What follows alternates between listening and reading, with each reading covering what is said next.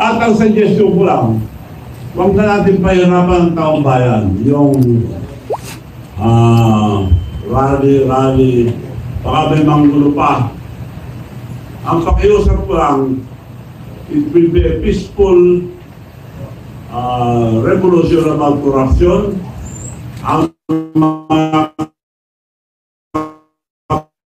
kabataan, this is not for children. Mga kabataan, kaya natin sila mag-lead itong revolusyon para magdala ng graft and corruption. Ang suggestion ko lang, ewan ko kung papayag sila, huwag na tayo magpunta sa kalye, baka guluhin pa nila. As high school and colleges, pero yung mga nasa kindergarten, yung mga elementary, tuloy ang pag-aaral. Hinto mo sila hanggang di bumababa lahat ng mga korap sa gobyerno.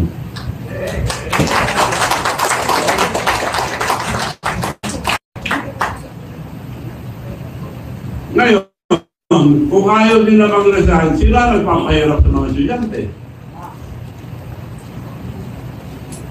Kaya nakikiusap ako sa mga kabataan, mga student leaders, tumayo kayo dahil karapatan nyo ito, dahil kinabukasan nyo ito. Hindi po para sa amin, tumutulong lang po kami dito sa inyo. Ang mga opisyal naman, mga military and police, generals, mga officials, pabayaan niyo po yung mga anak nyo sumama sa protesta ng korupsyon. Huwag niyo sila pigilin para walang gulo. So yun po ang aking suggestion sa mga kabataan.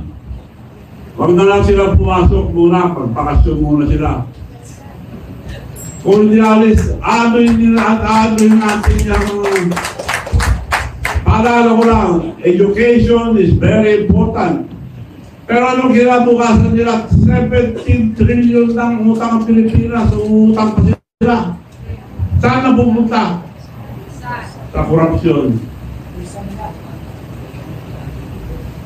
So, yun lang po pakiusap ko.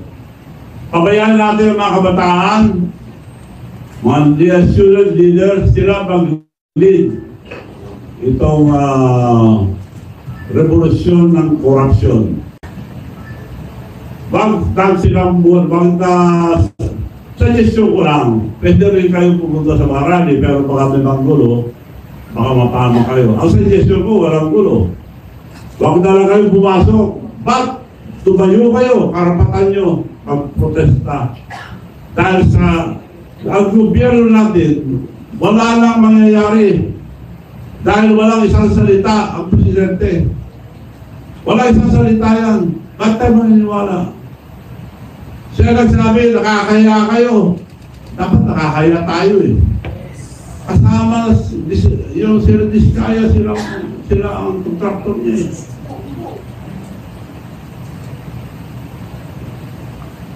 So, pakiusap ko po ang mga student leaders, mga kabataan, to lead this peaceful revolution for corruption. Dahil ano nyo ang